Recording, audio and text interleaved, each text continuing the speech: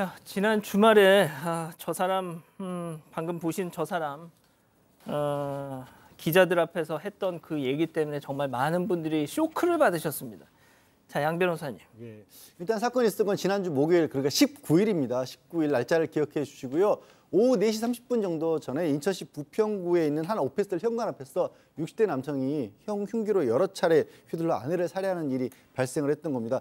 아내는 병원으로 옮겨졌지만 바로 숨졌고요. 이 현장에서 9분 만에 현행범으로 체포가 됐습니다. 그런데 이 남성 문제가 있습니다. 지난해 12월 17일에 이미 한 차례 흉기를 들고 아내에게 찔러버리겠다라는 식으로 특수 협박을 해서 경찰서에 입건을 했고 법원에서 6개월 동안 임시 보호 조치, 그러니까 접근 금지 명령을 받은 거였는데 그게 끝난 게 12일이었습니다. 12일이었는데 딱 일주일 만에 그 19일에 아내를 다시 찾아가서 무참하게 살해한 그런 사건이고요. 말씀하신 것처럼 21일 날 구속이 됐습니다.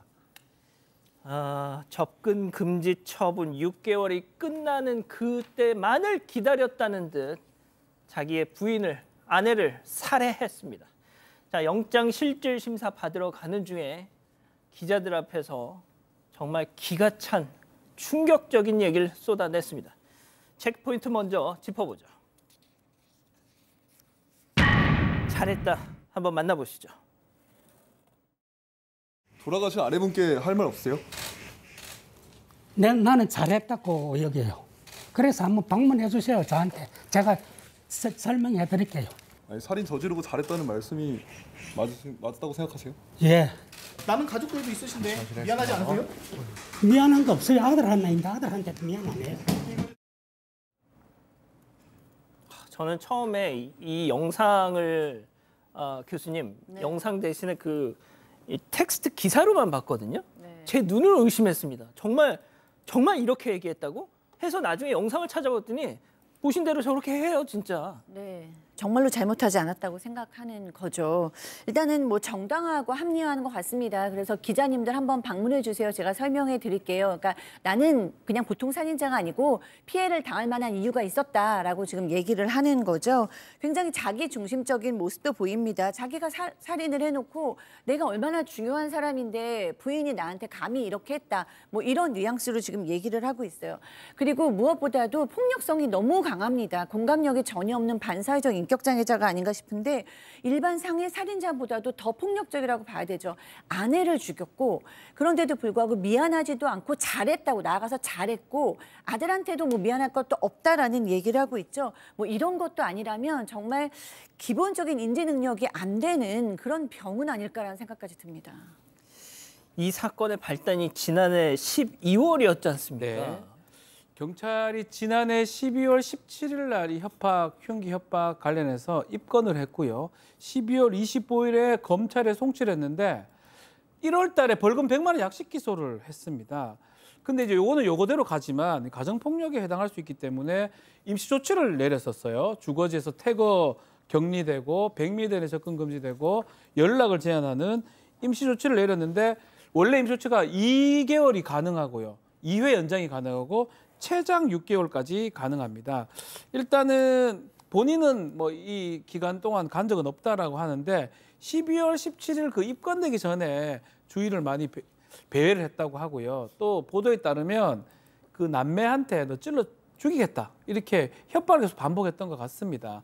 그래서 그 이후에 경찰이 이제 CCTV 설치해 준다고 했는데 필요하다면 신청을 하겠다고 해서 다른 조치는 취하지 못한 상황에서 이런 일이 벌어진 겁니다. 접근 금지 명령 기간에도 차마 아내한테 갔다가는 또 뭐 어떻게 법원에서 또 어떻게 판단할지 모르겠으니까 아내한테는 못 가고 그 남매들 주거지 주변을 그러니까 자기의 처제 그리고 처남 주변을 배회하면서 저런 짓을 했다는 겁니다. 자, 말씀드렸다시피 6개월간 접근 금지가 이루어졌지만 그게 딱 끝나자마자 일주일 만에 이런 비극이 벌어졌습니다. 심지어 범행 전에도 계속 찾아가면서 해코지를 하려고 했었다면서요. 네, 일단 남성에게 내려진 임시조치였던 이 접근 금지 명령이 종료된 날은 지난 6월 12일이었습니다. 그리고 16일에 아내의 주거지를 찾아갔는데 비밀번호가 바뀌어 있어서 집에 들어가지는 못했다고 합니다. 그런데 이 남성이 경찰 조사에서 이 비밀번호가 바뀌어 있어서 화가 났다고 진술했다고 합니다. 또 아내는 남편이 찾아왔다는 걸 이웃에게 전해 듣고 경찰에 신변 보호를 문의를 했는데 사건 전날인 18일에 남성이 또다시 아내의 주거지를 찾아갔습니다. 아내는 경찰에게 접근 금지가 끝났는데 다른 방법이 없는지 다시 문의를 했습니다. 그리고 18일에 경찰은 아내에게 전화로 CCTV와 스마트워치, 순찰과 같은 범죄 피해자 안전 조치에 대해 설명을 했다고 합니다. 그리고 다음 날인 19일에 경찰과 아내가 만나서 상담할 예정이었다고 하는데 그런데 바로 그날 아내는 흉기를 들고 찾아온 남성에게 끝내 살해를 당했습니다. 또 한 매체의 보도에 따르면 남성은 18일에 경찰에게 찾아가서 잠잘 곳도 밥 먹을 곳도 없으니까 경찰이 책임을 져라 이렇게 이야기를 했다고 하고요. 또 경찰 관계자는 이혼을 하려고 했는데 아내가 만나주지 않아서 이 고충이 있다고 해서 상담 안내를 해줬고 아내에게도 전해줬다 이렇게 밝혔습니다. 자, 양 변호사님, 지난달 그리고 이번 달 2달 동안에 이런 스토킹 혹은 가정폭력 사망자가 3명입니다.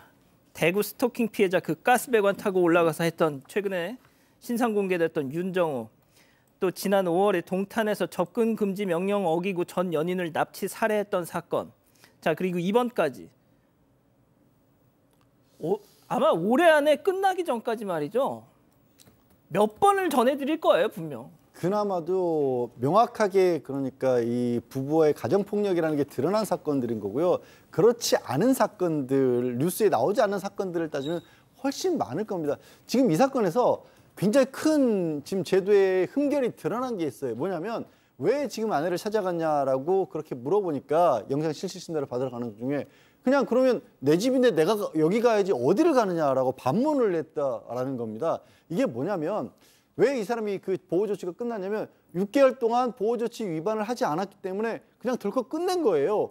그러고 나서 그 뒤에 또 유족들이라든가 가족들이 또 피해를 호소하니까 이거 CCTV 같은 거 설치라든가 가처분할 때거나 아니면 시계 같은 거 이런 거 좀 지급할 수 있다 이런 정도였던 거예요.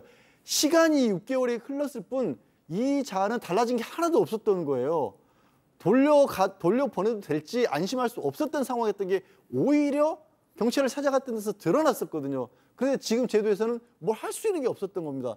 제가 알기로는 가족폭력과 같은 경우는 분리조치를 한 다음에 다른 국가들 같은 경우에는 이 사람이 이 가해자가 과연 다시 가족들을 제외해도 다시 만나도 되는지 충분히 심사를 거쳐서 그게 확인이 돼야 이거를 풀어주는 거지 그냥 시간 지났으니까 돌아가? 이게 있을 수 없는 일이잖아요. 그러다 보니까 지금 다른 유족들 같은 경우에 원래 이 남성이 또 1990년대에 가정폭력으로 이혼을 했다가 재결합을 한 겁니다. 그 과정에서 유족들은 또 그걸 반대를 했었다는 거예요. 그래서 그 전에도 그 반대했다는 걸 원망을 했었는데 이렇게까지 극단적인 일을 저지르고 나니까 자신들도 이게 피해를 입을까 출소에 피해를 입을까 또 공포에 떨고 있는 상황이에요. 박 변호사님, 네. 제가 경향신문 사설을 봤는데요. 진보적인 성향의 매체지 않습니까? 자, 그런 경향신문마저도 이런 스토킹 사건이나 도주 증거인멸의 우려가 없을 경우에 구속영장 발부 않는 이 형사소송법 개정해야 된다. 그렇죠.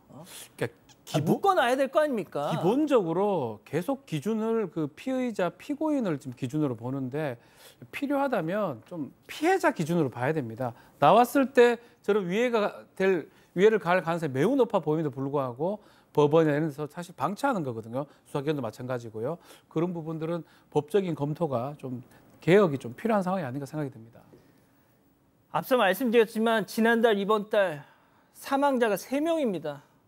남은 올해 안에 또 얼마나 많은 또 이런 피해자가 나올지 또 그걸 전해드릴지 벌써부터 막 아찔합니다, 저는.